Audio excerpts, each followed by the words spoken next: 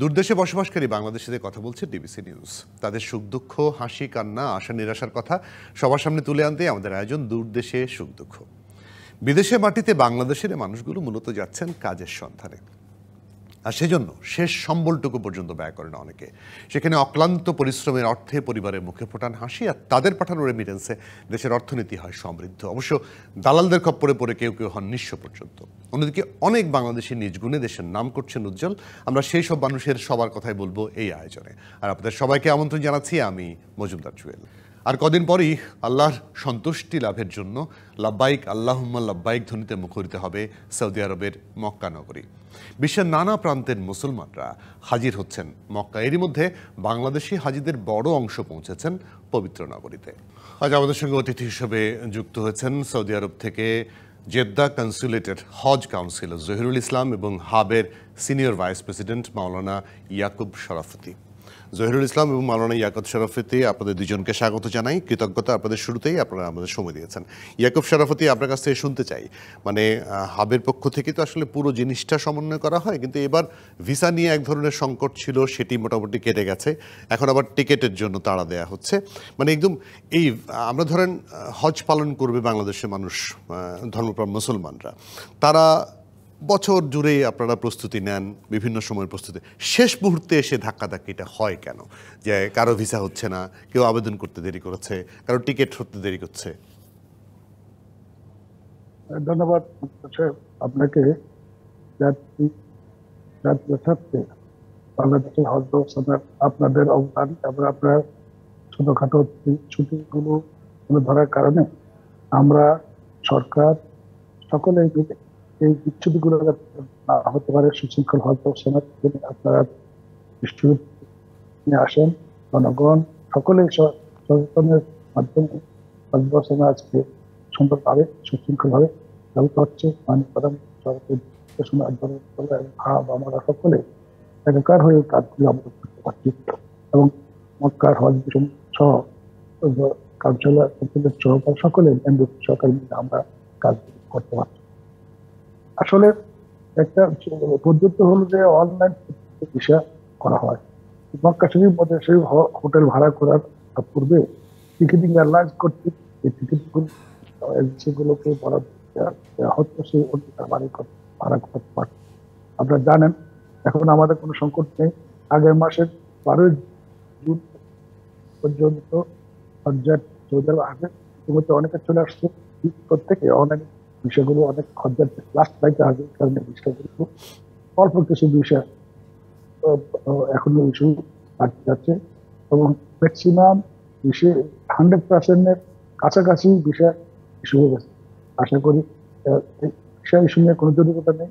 এয়ারলাইন্সগুলো তাদের টিকিটগুলো যদি সংশ্লিষ্ট এজেন্সিকে তাদের চাহিদা অনুযায়ী দিতে পারতো, অথবা এয়ারলাইন্স কর্তৃক টিকিটগুলোকে তাদের এজেন্সিগুলোকে বরাদ্দ করতো, সেই অনুযায়ী চেক ইন চেক আউট অনুযায়ী মক্কা মধ্যে বাড়ি বাড়ি এয়ারলাইন্স, বিশেষ করে ন্যাশনাল ক্যারিয়ার বিমান বাংলাদেশ এয়ারলাইন্স টোটাল হাজির 50% হজযাত্রী তারা ক্লেম করে।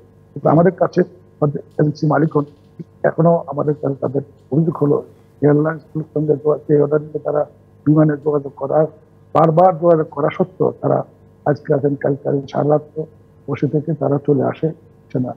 এই তারিখ সেই তারিখ আমি একটু ইয়াকুব শরাফতি আপনার কাছে আসবো। আমি একটু জহিরুল ইসলামের কাছ থেকে শুনে আসতে চাই। সেটি হচ্ছে যে এই যে সংকটের কথাটা আমরা বলছিলাম, যে সে একদম শেষ মুহূর্তে এসে ধরেন 3-4 বার ভিসার আবেদনের সময় বাড়াতে হয়েছে, মাননীয় প্রধানমন্ত্রীকে অনুরোধ করতে হয়েছে সৌদি আরবকে যে সময় বাড়ান। তো আমরা আগে থেকে তো প্রস্তুত থাকি, তা আমরা কেন শেষ পর্যন্ত গিয়ে অনুরোধ করতে হয়?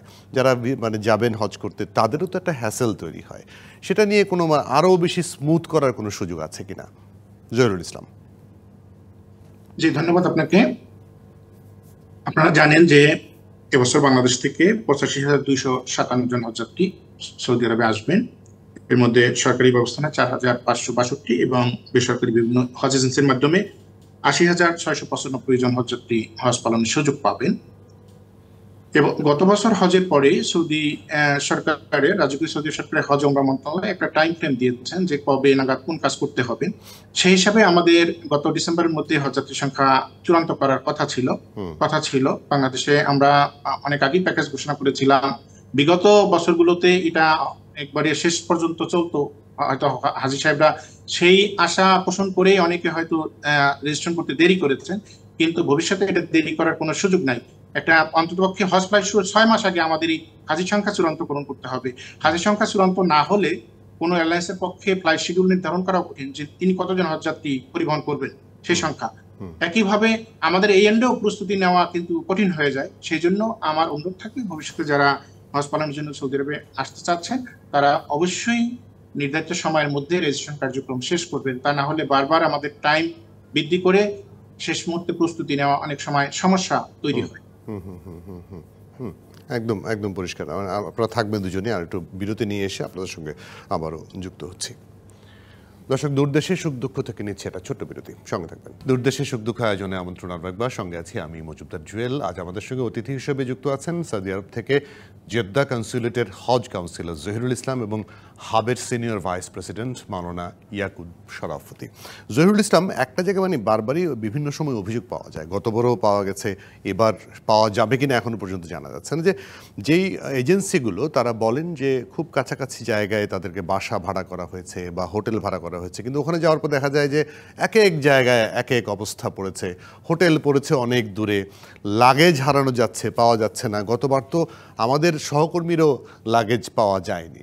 এই রকম অভিযোগগুলো কেন আসে? ধন্যবাদ আপনাকে। আপনারা জানেন যে বাংলাদেশের একটা বড় সংখ্যক হজযাত্রী বিভিন্ন হজ এজেন্সির মাধ্যমে হজ পালনে আসেন। তো অনেকগুলো এজেন্সি, এই দেশে একটা ফিতরা সিস্টেম বলা হয়, অনেকে দূরের বাড়িতে ভিসা করে হারামের কাছাকাছি প্রথম 1 জিলকদ থেকে 25 জিলকদ পর্যন্ত হাজী সাহেবদের আবাসনের ব্যবস্থা করে। তারপরে তারা হাজী সাহেবদের মদিনা নিয়ে যায়, মদিনা থেকে নিয়ে এসে তারা দূরের বাড়ি, যে বাড়ির আগে ভিসা করেছেন কিংবা আজিজিয়া জামারাত পিছনে বাড়িতে তারা হাজী সাহেবদের আবাসনের ব্যবস্থা করে। এক্ষেত্রে দেখা গেল অনেক সময় একটা ফ্লাইটে অনেক এজেন্সি হজযাত্রী আসেন, 2 জন, 5 জন, 10 জন, 20 জন, এমন হয়েছে 20টা 25টা বাড়ির হজযাত্রী এসেছেন। তো যারা লাগেজ পরিবহনের দায়িত্বে, আপনারা জানেন যে বাংলাদেশ সরকার সৌদি আরব সরকারের সাথে রোড টু মক্কা একটা চুক্তি করেছেন, অর্থাৎ হজযাত্রীদের ইমিগ্রেশন বাংলাদেশে সম্পর্কিত, সৌদি আরবের পর ইমিগ্রেশনটা বাংলাদেশে হচ্ছে এবং লাগেজ বাংলাদেশে হাজী সাহেবরা দিয়ে দিবেন এবং এখানে মক্কায় তার নির্ধারিত হোটেল এটা পেয়ে যাবেন। যদি সঠিকভাবে বাড়ির ঠিকানা দেওয়া হয় এবং একটা ফ্লাইটে অধিক সংখ্যক বাড়ির হজযাত্রী না আসেন, চুক্তি অনুযায়ী সর্বোচ্চ 5টা বাড়ির হজযাত্রী আসার কথা, এর বেশি হলে একটা ফ্লাইটে, তাহলে এই যে ট্রাকে বা ভ্যানে করে লাগেজ গুলো পরিবহন করা হয়, তার পক্ষে আপনারা জানেন যে হজের সময় মক্কার চারপাশ অনেক ভিড় থাকে, সব জায়গাতে গাড়ি চলাচল করতে পারে না, নামাজের সময় বন্ধ করে রাখা হয়, ফলে ট্রাকগুলো ঢুকতে পারে না, ফলে সব বাড়িতে এই লাগেজগুলো ডেলিভারি দেওয়া সম্ভব হয় না। একটা বাড়িতে যদি 2 জন প্যাসেঞ্জার নামে, তাহলে এই একটা কাভার্ড ভ্যানে 200-300 লাগেজ নিয়ে আসলো, সেখান থেকে 2টো লাগেজকে আলাদা করে বের করে দেওয়া অনেক সময় কঠিন হয়ে যায়। হয়তো তখন ড্রাইভার সাহেব কোনো একটা বাড়িতে লাগেজগুলো নামিয়ে দিলেন, তখন লাগেজগুলো হচ্ছে কি ডিসপ্লেস হয়ে যাচ্ছে, যে বাড়িতে নামার কথা সেই বাড়িতে নামে না। গত বছরের তুলনায় এবছর কিন্তু এই সংখ্যাটা অনেক কম, এখন পর্যন্ত কম। আমরা চেষ্টা করছি যাতে এই সংখ্যাটা একবারেই কমে আসে, কোনোভাবেই যাতে কোনো হজযাত্রীর লাগেজ হারিয়ে না যায় বা এরকম অবস্থা তৈরি না হয়, সেই চেষ্টা আমাদের আছে। আমরা এবছর শুরু থেকে ব্যবস্থা নিচ্ছি যাতে অন্ততপক্ষে এই সংখ্যাটা গত বছর তুলনায় অনেক কমে যাবে বলে আমার বিশ্বাস। জি, আমরা তো আশা করি। ধন্যবাদ। জি, মাওলানা ইয়াকুব শরাফতি, এই যে অভিযোগগুলো পাওয়া যায় যে বলা হয় যে আমরা হারাম শরীফের খুব কাছাকাছি রাখবো, সেই অনুযায়ী টাকাও নেওয়া হয়, কিন্তু যাওয়ার পর দেখা যায় যে 3 মাইল দূরে রাখা হয়েছে, এইরকম এজেন্সিগুলোকে লোকেট করা, তাদের বিরুদ্ধে ব্যবস্থা নেওয়া কতটুকু নেন আপনারা বা আদৌ নিয়েছেন কিনা? ধন্যবাদ আপনাকে। মূলত হজযাত্রীগণ, আমাদের এজেন্সিগুলো, আমাদের হাফ-নির্দিষ্টগণ যারা হজ অপারেট করে, তারা কিন্তু এই বছর টোটালি প্রতিকূল পরিস্থিতির মাঝেও অনেক চ্যালেঞ্জের মাধ্যমে তারা বাড়ি ভাড়া করছেন এবং হজযাত্রীগণ তাদের পছন্দের প্যাকেজ অনুযায়ী দ্বিপাক্ষিক চুক্তির মাধ্যমে কি কি সুযোগ সুবিধা পাবে, মক্কা শরীফ মদিনা শরীফে প্রতিযোগিতা থাকবে, প্রতি কাজ থাকবে, সমস্ত সুযোগ সুবিধা নিয়ে হজযাত্রীগণ সংশ্লিষ্ট এজেন্সির সঙ্গে হজ যে চুক্তি করে হজের নিবন্ধন করে। হজ নিবন্ধন করার পর সেই অনুযায়ী যদি প্রতিশ্রুত চুক্তি মোতাবেক কোনো সেবা যদি না পায়, সেক্ষেত্রে হজের বিশৃঙ্খলা, হজযাত্রী দেওয়া কল্যাণ যে যে কোনো লোকে সেটা সেটাকে আমরা প্রতিহত করছি এবং কোনো ধরনের সুযোগ নাই হজযাত্রীর সঙ্গে প্রতিশ্রুত সেবার এবং হজযাত্রীর অকল্যাণে হজের ব্যবস্থাপনায় বিশৃঙ্খলা সৃষ্টি করার জন্য কোনো ধরনের কর্মকাণ্ডে যিনি থাকুক তাদের বিপক্ষে আমরা বর্তমান হাতের পক্ষ থেকে ধর্ম মন্ত্রণালয় সহ এবং হজ মিশন সহ আমরা সকলে সমন্বয়ের মাধ্যমে হাজিদের কল্যাণে আমরা কাজ করে যাচ্ছি। আমি মনে করি আপনাদের মাধ্যমে এই আমরা বেসরকারি ব্যবস্থাপনায় ৮০,৬৯৫ জন হজযাত্রী আসছেন। এর মধ্যে বেশিরভাগ প্রায় বিষয় শেষ হয়ে গেছে, বাড়ি ভাড়া কমপ্লিট হয়েছে। যেহেতু হজ ব্যবস্থাপনা দ্বিরাষ্ট্রীয় একটি বিষয়, হজ সেবার ব্যাপারে অনেক হজযাত্রী এখানে যতটুকু প্রতিশ্রুত সেবার সার্ভিস চার্জ দিয়ে আসছেন, হয়তো অনেক কিছু আশা করেন, অনেক কিছু করেন। এই ক্ষেত্রে প্রতিশ্রুতি থাকাটা অস্বাভাবিক নয়। আমার মনে হয় আমরা বাংলাদেশের হজ ব্যবস্থাপনায় সৌদি আরবের সরকারের কাছেও এখন আমরা শীর্ষে আছি সারা বিশ্বের মধ্যে। এবং বাংলাদেশের হজযাত্রী সৌদি আরব সবচেয়ে বেশি আসছেন। আমি মনে করি আপনারা আপনাদের মাধ্যমে জাতির কাছে হজযাত্রী আসতে পারবে না বা হজের কোনো এটা কোনো আশঙ্কা নেই, সকলে ইনশাআল্লাহ হজে আসবে, এতে কোনো এবং সুন্দরভাবে হজ করবে বলে আমরাও আশা করতে চাই। ইয়াকুব শরাফতি, বুঝতে পেরেছি। জহিরুল ইসলাম, একটা জায়গায় এবার কিন্তু ব্যাপকভাবে আমাদের ধরেন হাজি যত যাওয়ার কথা তার থেকে অনেক কম যেতে পেরেছে বিকজ অফ প্যাকেজ, খরচ বেশি। হাবের পক্ষ থেকেও তসলিম সাহেব বারবার বলেছেন যে খরচ আসলে কিছু করার নাই, ওখানে ভাড়া বেড়ে গেছে, নানা ধরনের খরচের কথা বলা হচ্ছে। সেটা নিয়ে কি কোনো কাজ করার সুযোগ আছে কিনা? কারণ নর্মালি যদি আপনি জেদ্দাতে বাংলাদেশ ফ্লাইটে আসা যাওয়া করেন, মানে যাওয়ার আসার ফ্লাইট ৬০,০০০-৬৫,০০০ টাকার মতো, কিন্তু এই হজের সময়টা কেন ১.৫ লাখ টাকা, ১,২০,০০০ টাকা এরকম হয়ে যাবে? সেটা কি কন্ট্রোল করার কোনো সুযোগ আছে কিনা? না, ধন্যবাদ আপনাকে। বিমানের ভাড়ার বিষয়ে আমার কোনো বক্তব্য নেই, এটা বাংলাদেশ পর্বের বিষয়। আমি শুধু সৌদি আরব ইন্ডের বিষয়টা বলি। খরচ, হজের খরচ বেড়েছে এই কথা আমি সরাসরি মানতে রাজি না, কারণ হচ্ছে সারা দুনিয়াতেই অনেক খরচ বেড়ে গিয়েছে। আর হজের একটা বড় অংশ খরচ হচ্ছে সৌদি আরব পর্বে। সৌদি আরব সরকার নির্ধারণ করেছেন এই খরচগুলো, এগুলো কিন্তু বাংলাদেশ সরকার নির্ধারণ করেনি। বাংলাদেশ এখানে একটা সুযোগ আছে কি, বাড়ির ভাড়াটা যেটা আপনি কাছে রাখবেন আর দূরে রাখবেন, ভালো মানের রাখবেন, খারাপ রাখবেন, এটা আমাদের হাতে। যারা হাজি নিয়ে আসবেন এজেন্সি বা গভর্নমেন্ট, তারা করতে পারবেন।